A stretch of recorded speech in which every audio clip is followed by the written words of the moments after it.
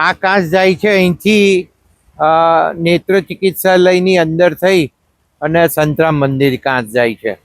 અને આ કાંસની નીચે અત્યારે 6 ફૂટનું એક પાઇપ છે.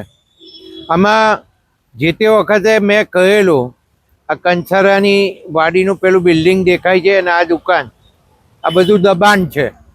આ દબાણ તોડવા માટે અત્યારે મેં કહ્યું છે કમિશનરને, અને બીજી પાઇપ નાખી દે અહીંયા, અહીંથી બીજી પાઇપલાઇન નાખી અને આ નવા કાંસની અંદર જે બનવાનો છે એમાં જોઈન કરે તો આ રોડનું પાણી હજુ ડબલ ઝડપથી નીકળશે.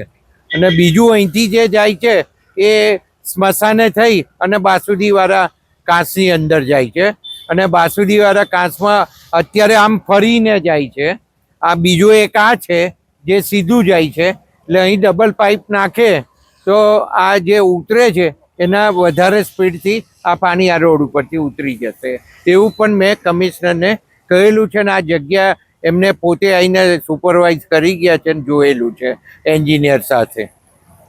સિવિલ રોડ ઉપર પાણી જે આટલું ઝડપથી ઉતર્યું છે, શું કારણ છે, શું કહેશો?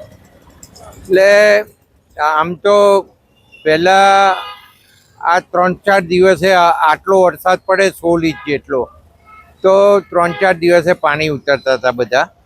પણ આ જે બધું કામગીરી જે છેલ્લી આપણી થઈ, હું આગળ મેં કહ્યું જ છે એ પ્રમાણે આ દેખાઈ રહ્યું છે કે સિવિલ રોડે પાણી અત્યારે ઉતરી ગયું છે.